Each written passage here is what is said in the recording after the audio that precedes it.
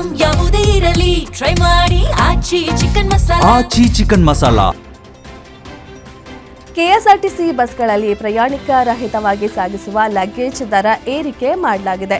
ಈ ಬಗ್ಗೆ KSRTC MD Akram ಪಾಷಾರಿಂದ ಮಾಹಿತಿ ನೀಡಿದ್ದು, ಇಂದಿನಿಂದ ಕೆಎಸ್ಆರ್ಟಿಸಿ ಬಸ್ಗಳಲ್ಲಿ ಪ್ರಯಾಣಿಕ ರಹಿತವಾಗಿ ಸಾಗಿಸುವ ಲಗೇಜ್ಗೆ ನೂತನ ಪರಿಷ್ಕೃತ ದರ ಜಾರಿಯಾಗಲಿದೆ ಎಂದು ಆದೇಶ ಹೊರಡಿಸಿದ್ದಾರೆ. ಡೀಸೆಲ್, ಸಿಬ್ಬಂದಿ ಹಾಗೂ ಇತರೆ ಖರ್ಚುಗಳ ಹಿನ್ನೆಲೆ ಲಗೇಜ್ ದರ ಏರಿಕೆ ಮಾಡಲಾಗಿದೆ. ಈ ಮೊದಲು 2021ರಲ್ಲಿ ಲಗೇಜ್ ದರ ಏರಿಕೆಯಾಗಿತ್ತು. ಅದಾದ ಬಳಿಕ ಟಿಕೆಟ್ ದರ ಪರಿಷ್ಕರಣೆ ಆದಾಗ ಲಗೇಜ್ ದರ ಏರಿಕೆ ಆಗಲಿಲ್ಲ.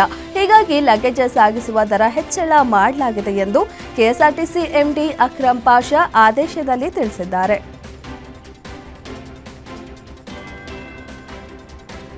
ಕಲಬುರಗಿ ಜಿಲ್ಲೆಯ ಆಳಂದ ಪಟ್ಟಣದ ಲಾಡ್ಲೆ ಮಶಾಕ ದರ್ಗಾದಲ್ಲಿ ಶಿವಲಿಂಗಕ್ಕೆ ಪೂಜೆ ಸಲ್ಲಿಸಲಾಯಿತು. ಶ್ರೀ ರಾಘವ ಚೈತನ್ಯ ಶಿವಲಿಂಗಕ್ಕೆ 14 ಮಂದಿ ಹಿಂದೂ ಮುಖಂಡರು ಶಿವಲಿಂಗಕ್ಕೆ ಅಭಿಷೇಕ, ಬಿಲ್ವ ಅರ್ಚನೆ, ಶಿವಸ್ತೋತ್ರ ಪಠಿಸಿ ವಿಶೇಷ ಪೂಜೆ ಸಲ್ಲಿಸಿದರು. ಕೆಲ ದಿನಗಳ ಹಿಂದೆಯಷ್ಟೇ ದರ್ಗಾದಲ್ಲಿರುವ ಶಿವಲಿಂಗದ ಪೂಜೆಗೆ ಸುಪ್ರೀಂ ಕೋರ್ಟ್ ಗ್ರೀನ್ ಸಿಗ್ನಲ್ ನೀಡಿತ್ತು.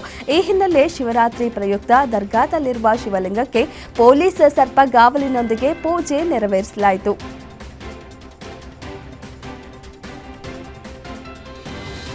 ದೇಶದೆಲ್ಲೆಡೆ ಮಹಾಶಿವರಾತ್ರಿಯ ಸಂಭ್ರಮ ಮುಗಿಲು ಮುಟ್ಟಿದೆ. ರಾತ್ರಿ ಇಡೀ ಭಕ್ತರು ಜಾಗರಣೆ ಮಾಡುತ್ತಾ ಶಿವನಾಮ ಸ್ಮರಣೆ ಮಾಡಿದ್ರು. ಕೈಮುತ್ತೂರು ಚಿಕ್ಕಬಳ್ಳಾಪುರದಲ್ಲಿರುವ ಈಶಾ ಯೋಗ ಕೇಂದ್ರದಲ್ಲಿ ಶಿವರಾತ್ರಿ ಸಂಭ್ರಮ ಅದ್ದೂರಿಯಾಗಿ ಆಚರಿಸಲಾಗಿದೆ. ಭಾರಿಯ ಉತ್ಸವದಲ್ಲಿ ಕೇಂದ್ರ ರಕ್ಷಣಾ ಸಚಿವ ರಾಜನಾಥ್ ಸಿಂಗ್ ಮುಖ್ಯ ಅತಿಥಿಯಾಗಿ ಭಾಗವಹಿಸಿದ್ರು. ಮಹಾಶಿವರಾತ್ರಿ ಹಿನ್ನೆಲೆ ಧ್ಯಾನ, ಮಂತ್ರಪಠಣ, ಯೋಗೇಶ್ವರ ಲಿಂಗ ಮಹಾ ಅಭಿಷೇಕ ಮತ್ತು ಅತ್ಯುತ್ತಮ ಕಲಾವಿದರಿಂದ ಸಂಗೀತ ಪ್ರದರ್ಶನಗಳು ನಡೆದವು.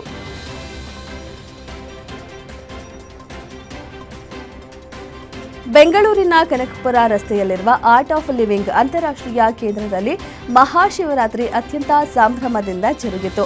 ವಿಶ್ವ ಪ್ರಸಿದ್ಧ ಆಧ್ಯಾತ್ಮಿಕ ಮಹಾಗುರು ಗುರುದೇವ್ ಶ್ರೀ ರವಿಶಂಕರ್ ಅವರ ಮಾರ್ಗದರ್ಶನದಲ್ಲಿ ಅದ್ದೂರಿಯಾಗಿ ಆಚರಿಸಲಾಯಿತು.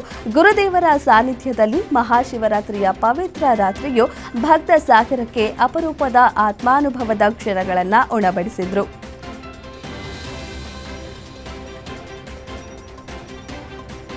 ದಕ್ಷಿಣ ಕನ್ನಡ ಜಿಲ್ಲೆಯ ಧರ್ಮಸ್ಥಳದಲ್ಲಿ ಮಹಾಶಿವರಾತ್ರಿಯನ್ನ ಅತ್ಯಂತ ಶ್ರದ್ಧಾ ಭಕ್ತಿಯಿಂದ ಆಚರಿಸಲಾಯಿತು.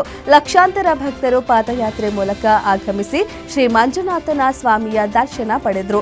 ಅಹೋರಾತ್ರಿ ಶಿವ ಪಂಚಾಕ್ಷರಿ ಪಠಣ, ಜಾಗರಣೆ, ರುದ್ರಾಭಿಷೇಕ ಮತ್ತು ವಿಶೇಷ ಪೂಜೆಗಳಲ್ಲಿ ಪಾಲ್ಗೊಂಡರು. 2026ರ ಶಿವರಾತ್ರಿ ಪ್ರಯುಕ್ತ ಧರ್ಮಾಧಿಕಾರಿ ಡಿ ವೀರೇಂದ್ರ ಹೆಗಡೆಯವರು ವಿಶೇಷ ಧಾರ್ಮಿಕ ಕಾರ್ಯಕ್ರಮಗಳ ಜೊತೆ ಅನ್ನದಾಸೋಹ ಕಲಾ ಸೇವೆ ನಡೆಸಿದರು.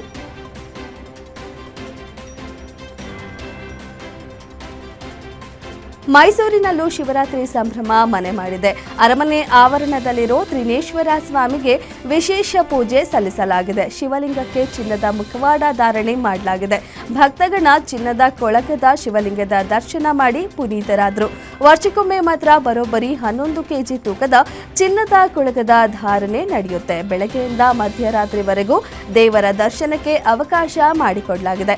ಸರತಿ ಸಾಲಿನಲ್ಲಿ ನಿಂತು ಭಕ್ತರು ದೇವರ ದರ್ಶನ ಪಡೆದರು.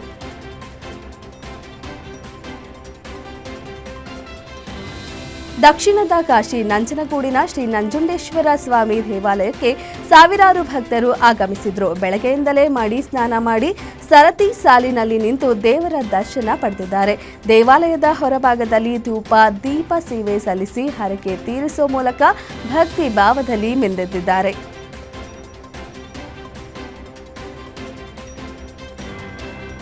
ಇಂದು ಮಾಘ ಮಾಸದ ಕೃಷ್ಣ ಪಕ್ಷದ ಚತುರ್ಥಿಯಂದು ದೇಶದ ವಿವಿಧೆಡೆ ಮಹಾಶಿವರಾತ್ರಿ ಹಬ್ಬವನ್ನು ವಿಜೃಂಭಣೆಯಿಂದ ಆಚರಣೆ ಮಾಡಲಾಗುತ್ತಿದೆ. ಚಿಕ್ಕಮಗಳೂರು ಜಿಲ್ಲೆಯ ಕಳಸ ತಾಲೂಕಿನ ದಕ್ಷಿಣ ಕಾಶಿ ಕಳಶೇಶ್ವರ ಸ್ವಾಮಿಗೆ ನಿರಂತರ ಹೋಮ ಹವನ ನಡೆದಿದೆ. ಮಧ್ಯರಾತ್ರಿ 1 ಗಂಟೆವರೆಗೆ ನಿರಂತರ ಹೋಮ, ಬೆಳಗ್ಗೆಯಿಂದ ನಿರಂತರ ಶತರುದ್ರಾಭಿಷೇಕ, ಏಕವಾರ ರುದ್ರಾಭಿಷೇಕ, ಏಕದಶಾವರ ರುದ್ರಾಭಿಷೇಕ, ಪಂಚಾಮೃತ ಅಭಿಷೇಕ, ಮಧ್ಯರಾತ್ರಿ 1 ಗಂಟೆ ನಂತರ ಮಹಾರಂಗ ಪೂಜೆ, ಅಷ್ಟಾವಧಾನ ಸೇವೆ, ಮಹಾಮಂಗಳಾರತಿ ಪೇಟೆ ಉತ್ಸವ ನಡೆದಿದೆ.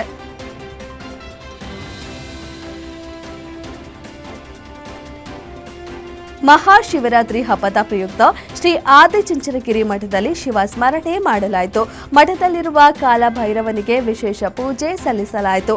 ಆದಿಚುಂಚನಗಿರಿ ಮಠದ ಪೀಠಾಧಿಪತಿ ಶ್ರೀ ಡಾಕ್ಟರ್ ನಿರ್ಮಲಾನಂದ ಸ್ವಾಮೀಜಿ, ಬಿಜಿಎಸ್ ಹಾಗೂ ಎಸ್ಜೆಬಿ ಸಮೂಹ ಶಿಕ್ಷಣ ಸಂಸ್ಥೆಗಳು ಮತ್ತು ಆಸ್ಪತ್ರೆಗಳ managing director Shri doctor Prakashanatha Swamiji Shivaratri ವಿಶೇಷ ಪೂಜೆಯಲ್ಲಿ ಭಾಗಿಯಾಗಿದ್ದರು.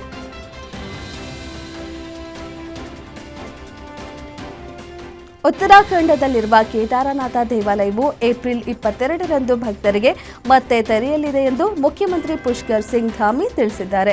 ಚಳಿಗಾಲದ ಹಿನ್ನೆಲೆಯಲ್ಲಿ ಸುಮಾರು 6 ತಿಂಗಳ ಕಾಲ ಈ ದೇವಾಲಯವನ್ನು ಮುಚ್ಚಲಾಗಿತ್ತು. ಬದ್ರಿನಾಥ ಕೇದಾರನಾಥ ದೇವಸ್ಥಾನ ಸಮಿತಿ ಸಾರ್ವಜನಿಕ ಸಂಪರ್ಕಾಧಿಕಾರಿ ಹರೀಶ್ ಗೌರ್ ಅವರು ದೇವಸ್ಥಾನವನ್ನು ಪುನಃ ತೆರೆಯುವ ದಿನಾಂಕ ಮತ್ತು ಸಮಯವನ್ನು ಮಹಾಶಿವರಾತ್ರಿ ದಿನವೇ ನಿಗದಿಪಡಿಸಲಾಗಿದೆ ಎಂದು ತಿಳಿಸಿದ್ದಾರೆ.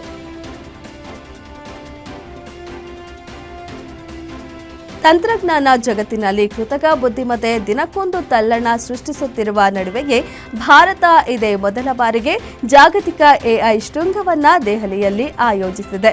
ಪ್ರಧಾನಿ ಮೋದಿ ಇಂದು ಸಂಜೆ 5 ಗಂಟೆಗೆ ಶೃಂಗಕ್ಕೆ ಚಾಲನೆ ನೀಡಲಿದ್ದಾರೆ. ವಿಶ್ವಾದ್ಯಂತ ತಂತ್ರಜ್ಞಾನ ಕ್ಷೇತ್ರದಲ್ಲಿ ಗಮನ ಸೆಳೆದಿರುವ ಈ ಸಮ್ಮೇಳನದಲ್ಲಿ ವಿಶ್ವದ ಪ್ರಮುಖ ಎಐ ತಜ್ಞರು, ಟೆಕ್ನಾಲಜಿ ಕಂಪನಿಗಳ ಮುಖ್ಯಸ್ಥರು ಪಾಲ್ಗೊಳ್ಳಲಿದ್ದಾರೆ.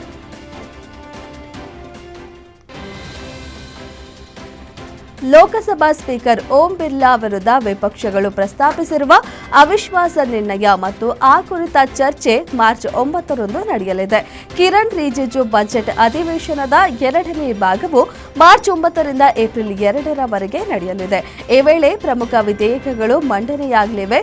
ನಿಯಮದಂತೆ ನಾವು ಮಾರ್ಚ್ 9ರಂದು ಸ್ಪೀಕರ್ ಓಂ ಬಿರ್ಲಾ ವಿರುದ್ಧ ಅವಿಶ್ವಾಸ ನಿರ್ಣಯ ಕುರಿತು ಚರ್ಚೆ ನಡೆಸಲಿದ್ದೇವೆ ಎಂದರು.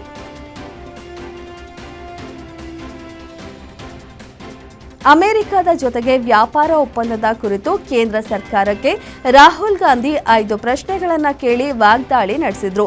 ಈ ಒಪ್ಪಂದವು ಭಾರತೀಯ ರೈತರಿಗೆ ದ್ರೋಹ ಬಗೆದಿದೆ, ದೇಶದ ಕೃಷಿ ಸಾರ್ವಭೌಮತೆಯನ್ನ ಒತ್ತೆ ಇರಿಸಿದೆ ಎಂದು ಅಪವಾದಿಸಿದ್ರು. ಈ ಬಗ್ಗೆ ಪ್ರಧಾನಿ ಮೋದಿಗೆ 5 ನಿರ್ದಿಷ್ಟ ಪ್ರಶ್ನೆಗಳನ್ನು ಕೇಳಿರುವ ರಾಹುಲ್, ಕುಲಾಂತರಿ ತಳಿಗಳು, ವ್ಯಾಪಾರೇತರ ಅಡೆತಡೆಗಳು, ಅಮೆರಿಕನ್ ಕೃಷಿ ಉತ್ಪನ್ನಗಳ ಮಹಾಪೂರವೇ ದೇಶಕ್ಕೆ ಹರಿದು ಬರಲು ಅವಕಾಶ ಮಾಡಿಕೊಟ್ಟಿರುವ ಬಗ್ಗೆ ಅವರು ಕಳವಳ ವ್ಯಕ್ತಪಡಿಸಿದ್ದಾರೆ.